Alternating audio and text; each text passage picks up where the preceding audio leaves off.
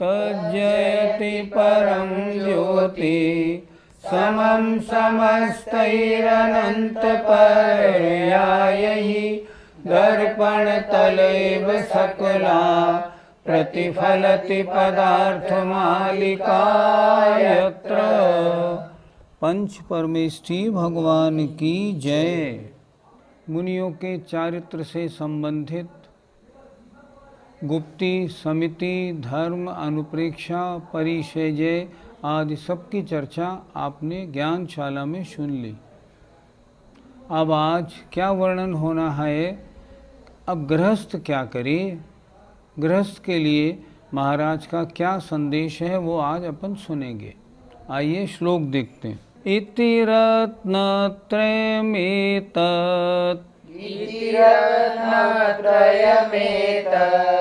प्रतिसमयं विकलमपि गृहस्थेन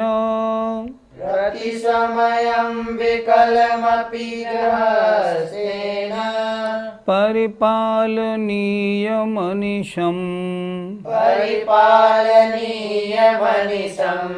निरत्ययां मुक्तिमभिलषिता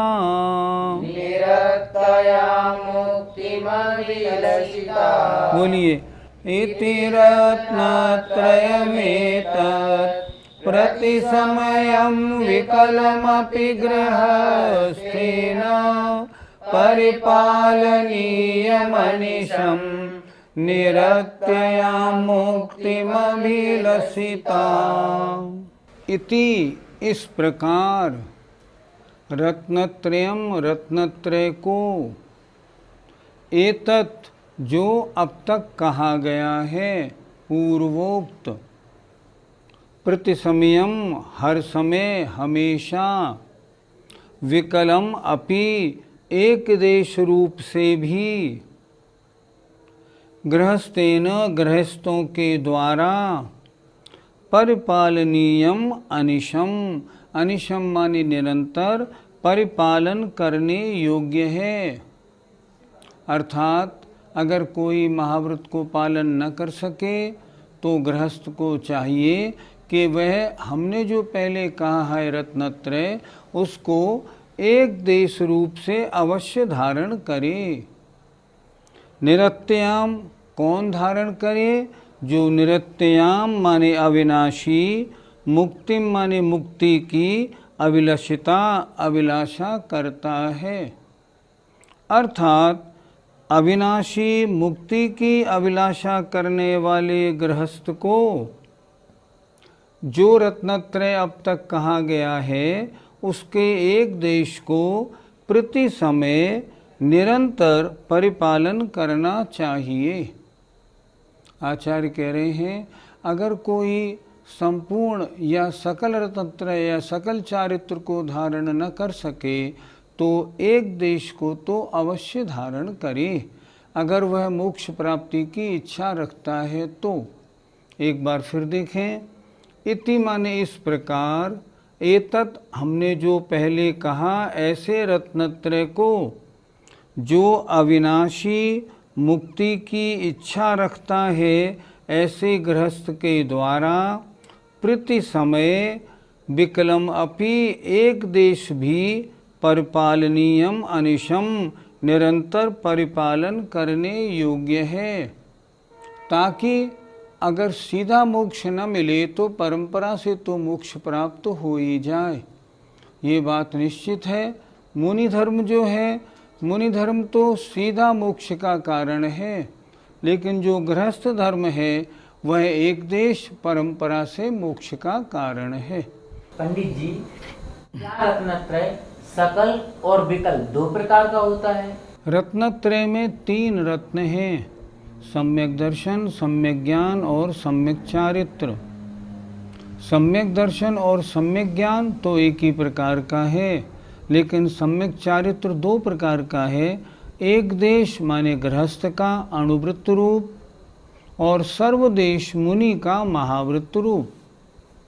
इस चारित्र की अपेक्षा से जो श्रावक का रत्नत्रय है वह विकल कहा जाता है, और जो मुनि महाराज का रत्नत्रय है वो सकल कहा जाता है।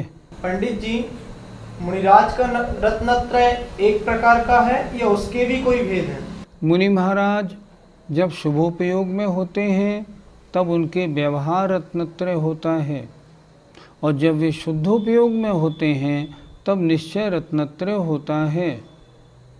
शुद्धोपयोग में जाते ही सम्यक दर्शन, निश्चय सम्यक दर्शन, निश्चय सम्यक ज्ञान, निश्चय सम्यक चारित्र बन जाते हैं, और ये तीनों निश्चय होने से उनका रत्नत्रय निश्चय रत्नत्रय कहा जाता है। और जब शुभोपयोग में है तो व्यवहार सम्यक दर्शन ज्ञान चारित्र के स्वामी होने के कारण वे व्यवहार रत्नत्रय वाले कहे जाते हैं। वर्तमान में कौन सा हो सकता है? व्यवहार रत्नत्रय तो जो मुनि महाराज सही चर्या वाले हैं उनके होता है, लेकिन जो निश्चय रत्नत्रय है वो तो किन्हीं महामुनि महाराज के शायद यदा कदा 1-2 सेकंड को होता हो, क्योंकि पंचम काल में शुद्धोपयोग का होना उतना आसान नहीं, क्योंकि विकल्प बहुत हैं, चारों ओर का माहौल अच्छा नहीं, इसलिए मुनि महाराज की एकाग्रता बड़ी मुश्किल से कभी यदा कदा बन पाती है।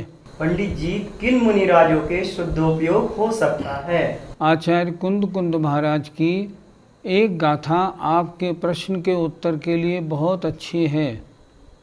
सुविदित पयत्थ सुत्तो संयम तव संजदो विगद रागो समणो सम सुह दुखो भणिदो शुद्धोव ओगोत्ति। कौन से मुनि महाराज शुद्धोपयोगी होते हैं? सुविदित पयत्थ सुत्तो, जिन्होंने पदार्थ और शास्त्र सूत्रों को अच्छी प्रकार जान लिया है। संयम तब संजदो, संयम और तप से सहित हैं। विगद रागो, जिनका राग चला गया है। समणो, जो मुनि महाराज हैं। समसुह दुखो, सुख और दुख में समान परिणाम वाले हैं। ऐसे मुनि महाराजों के शुद्धोपयोग कहा गया है। किसी भी शास्त्र में ये तो नहीं कहा गया कि पंचम काल में शुद्धोपयोग का अभाव रहेगा। इसका मतलब पंचम काल में शुद्धोपयोग तो संभव है, पर किन्हीं मुनि महाराज को यदा कदा उसका निषेध तो नहीं पाया जाता।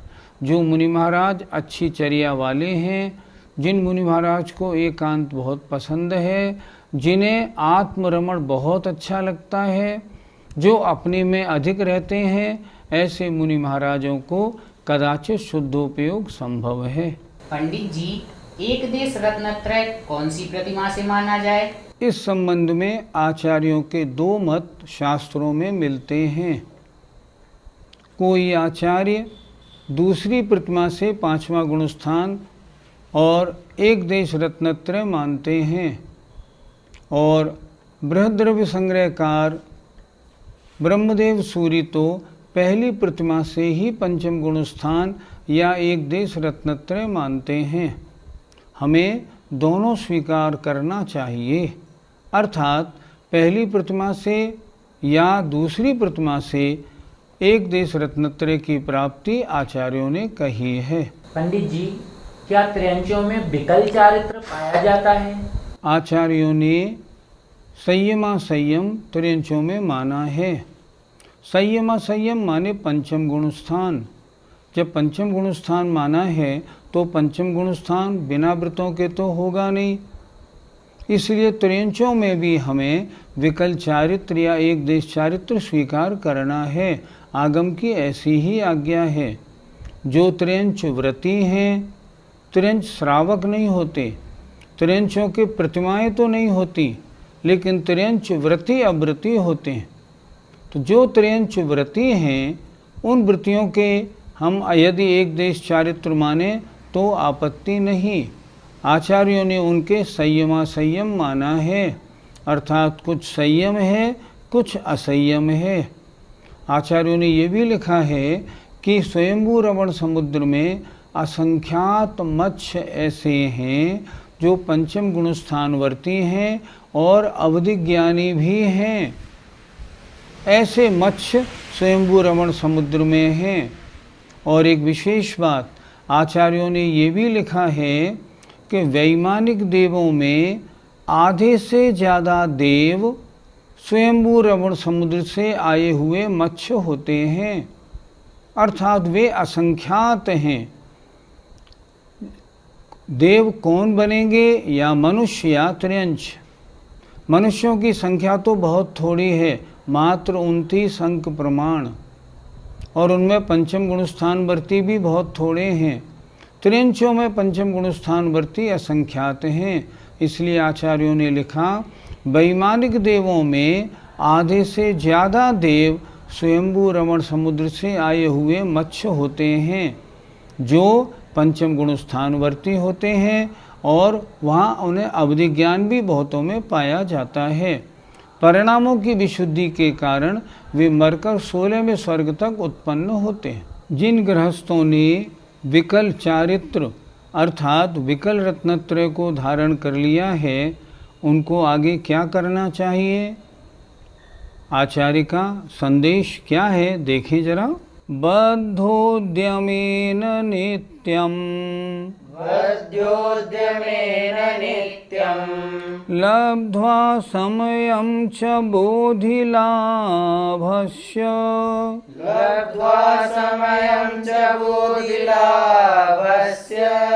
पदमवलम्ब्य मुनीनां कर्तव्यं सपदि परिपूर्णम्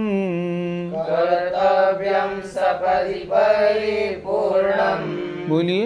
बद्धोद्यमेन नित्यं लब्ध्वा समयं च बोधिलाभस्य पदमवलम्ब्य मुनीनां कर्तव्यं सपदि परिपूर्णम्।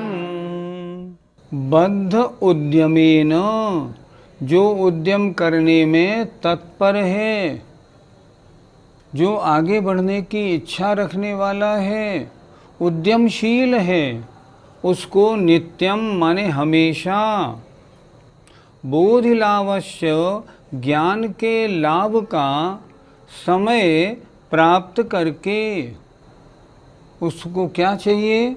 अभी उसने क्या किया? एक देश चारित्र धारण कर लिया। अब उसे क्या करना चाहिए? ज्ञान प्राप्ति का समय प्राप्त करे, अच्छी तरह मुनि अवस्था के सारे जितने भी चारित्र पालन करने की जितनी व्यवस्थाएं हैं उन्हें समझे, और फिर मुनीनाम मुनियों के पदम अवलंब्य पद को प्राप्त करके, अर्थात गृहस्थ अवस्था छोड़े और मुनि बन जाए।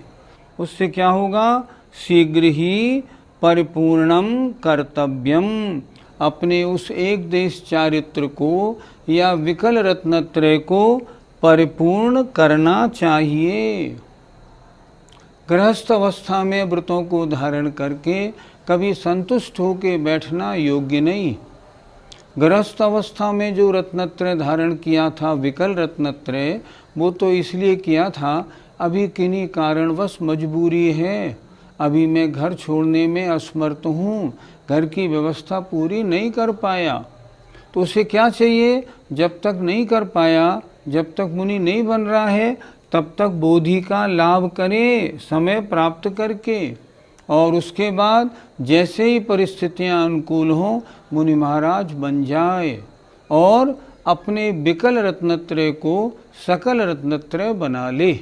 फिर देखें, बद्धोद्यमेन, जो उद्यम करने में तत्पर है, जिसको गृहस्थ अवस्था में व्रती बनने में अभी आनंद नहीं आ रहा, जो चाहता है इसे छोड़ के कब मुनि बनूं, मुनि बनने के लिए जो उद्यमशील है, ऐसे गृहस्थ को नित्यम माने हमेशा बोधिलावश्य ज्ञान प्राप्ति का समय पाकर के मुनियों के पद को अवलंबन लेकर अर्थात स्वीकार करके उसको शीघ्र ही अपने रत्नत्रय को परिपूर्ण करना चाहिए। अर्थात जो विकल रत्नत्रय है उसको सकल रत्नत्रय बनाना चाहिए। अर्थात एक देश चारित्र को और आगे बढ़ के सकल चारित्र धारण कर लेना चाहिए। पंडित जी, व्रती श्रावक को मुनि बनने से पहले क्या करना आवश्यक है? किन्हीं श्रेष्ठ आचार्य के पास उनके चरणों में रहे और चरणों में रहकर मुनिचर्या कैसी होती है इसको अच्छी प्रकार सीखे और मूलाचार, आचार सार, अंगार धर्मामृत, चारित्र सार आदि जो मुनियों की चर्या के जो ग्रंथ हैं उनका अच्छी प्रकार अध्ययन करे और समझे, ताकि मुनिपद धारण करने के बाद फिर शिथिलाचारी न बन जाए या ऐसा न हो जो पालन करने में कमजोरी करे और मुनि बने और कहीं का ना रहे। इसलिए ज्ञान प्राप्ति का अवसर पाकर के अच्छी प्रकार ज्ञान प्राप्त करके और मुनियों के साथ कुछ समय रह के सारी चर्या किस प्रकार करनी है इस प्रकार समझ के और फिर बड़े आनंद के साथ मुनिचर्या मुनिपद स्वीकार करे, आचार्य को निवेदन करे, भगवान सब तरह से मैं बिल्कुल तैयार हूँ, मुझे मुनि दीक्षा दे दीजिए। और आचार्य उनको मुनि दीक्षा देंगे और वे बहुत आनंद के साथ मुनि बन के कर्मों की निर्जरा बढ़ाते हुए अपने चारित्र को सकल चारित्र बनाएंगे।